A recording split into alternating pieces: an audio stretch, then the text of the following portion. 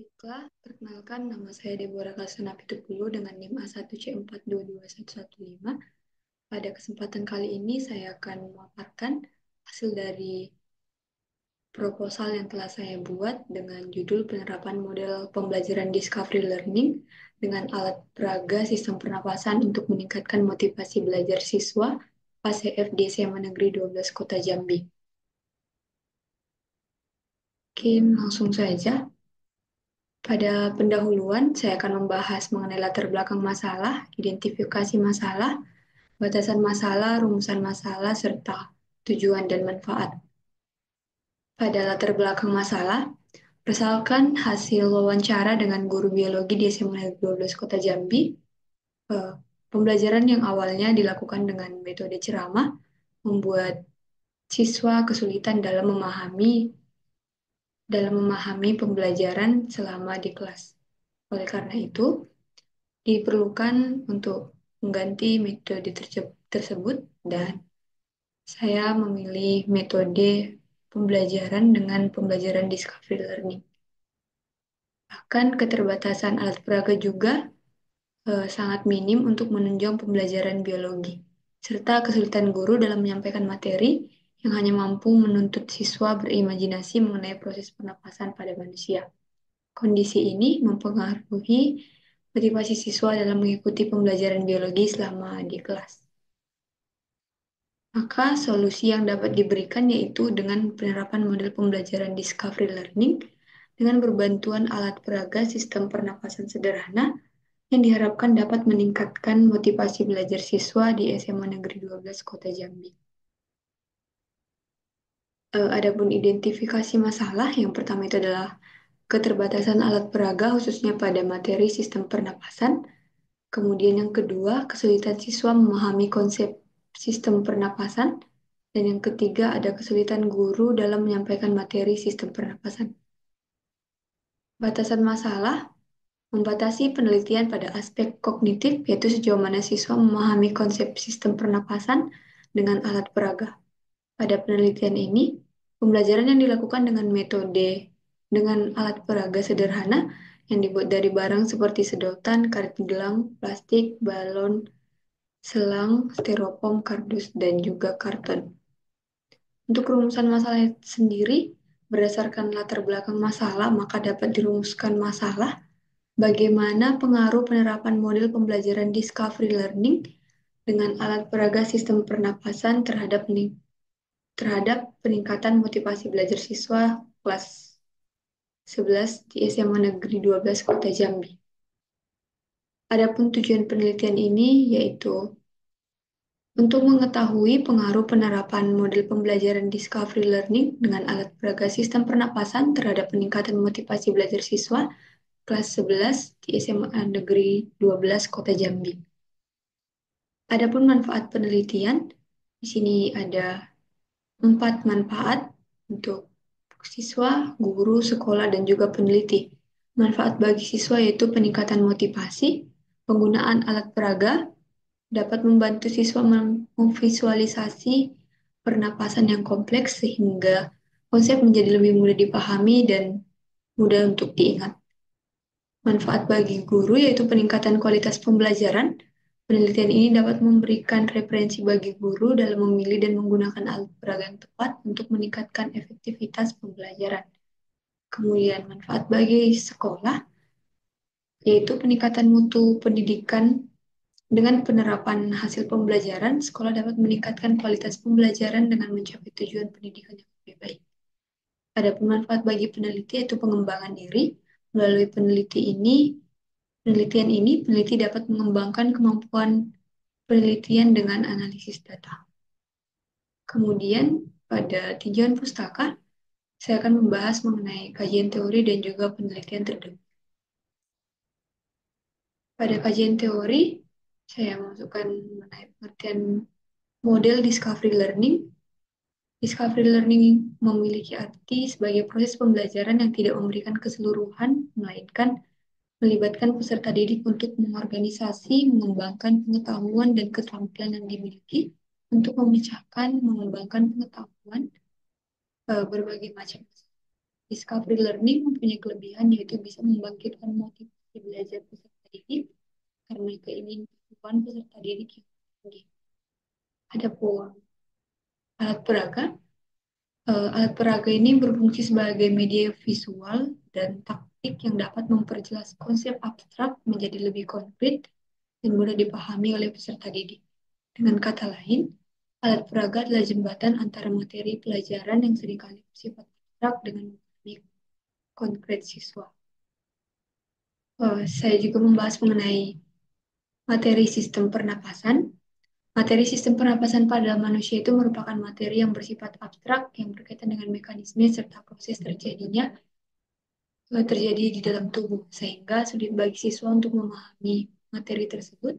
Oleh karena itu, untuk membantu siswa dalam memahami materi sistem pernapasan pada manusia, maka proses pembelajarannya diperlukan bantuan alat peraga dapat menjelaskan atau menunjukkan atau membuktikan konsep-konsep atau gejala-gejala yang dapat dipelajari. Adapun hubungan dari ketiganya yaitu dari hubungan metode pembelajaran discovery learning, alat peraga dan juga sistem pernapasan yaitu tiganya memiliki hubungan yang sangat erat di mana model pembelajaran tersebut untuk meningkatkan motivasi siswa dan penggunaan alat peraga untuk mempermudah siswa dalam memahami dan menimbulkan rasa motivasi yang baru pada setiap siswa. Adapun penelitian terdahulu, di sini ada penelitian terdahulu. Untuk yang pertama itu penelitian yang dilakukan oleh Nauleni dan Manu 2022 yang berjudul pengembangan media audio visual dan alat peraga dalam meningkatkan pemahaman konsep dan motivasi. Adapun persamaan judul ini dengan judul penelitian yang ingin saya lakukan yaitu persamaannya untuk meningkatkan motivasi siswa dan dengan menggunakan alat peraga, sedangkan perbedaannya yaitu tidak dicantumkan secara khusus, tidak menunjukkan metode, tidak model pembelajaran yang digunakan. Kemudian penelitian yang dilakukan Setiadi 2019 penerapan pembelajaran discovery learning untuk meningkatkan motivasi dan hasil belajar siswa bersamaan dengan penelitian yang akan saya lakukan yaitu model pembelajaran discovery learning untuk meningkatkan motivasi, sedangkan perbedaannya itu pada penelitian ini tidak menggunakan media alat peraga. Adapun metodologi penelitian, pada metodologi penelitian ini akan dibahas jenis penelitian, tempat dan waktu penelitian, populasi dan sampel penelitian, variabel penelitian, teknik pengumpulan data, dan juga teknik analisis data. Untuk metode penelitian, jenis penelitian yang dilakukan adalah kuantitatif atau metode eksperimen, quasi eksperimen, desain pretest, post-test control, group design. Untuk rencana penelitiannya itu bisa dilihat dari tabel tersebut, kelas eksperimen dan kelas kontrol dengan keterangan yang telah tertera yaitu X sebagai perlakuan pada kelas eksperimen dengan pembelajaran inquiry sosial, 01 pretest kelas eksperimen setelah perlakuan, 02 pretest kelas kontrol setelah perlakuan, kemudian 3 proses kelas eksperimen setelah perlakuan, 4 peserta post-test kelas kontrol setelah perlakuan. Adapun tempat dan waktu penelitian, penelitian ini dilakukan di SMA Negeri 12 Kota Jambi PASEF pada semester ganjil 2023-2024. Untuk populasi dan sampelnya, populasi adalah wilayah generalisasi yang terdiri atas objek atau subjek yang mempunyai kualitas dan karakteristik tertentu yang diterapkan oleh peneliti untuk dipelajari dan kemudian ditarik kesimpulan. Populasi dalam penelitian ini adalah siswa dan siswi di SMA Negeri 12 Kota Jambi.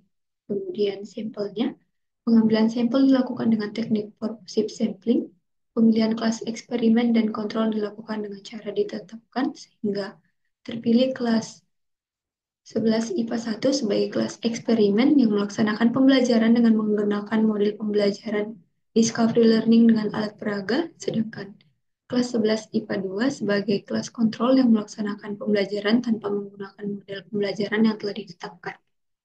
Kemudian variabel penelitian, di sini ada variabel terikat dan juga variabel bebas. Variabel terikat dalam penelitian ini adalah motivasi belajar siswa, sedangkan variabel bebasnya adalah pada penelitian ini adalah model pembelajaran discovery learning.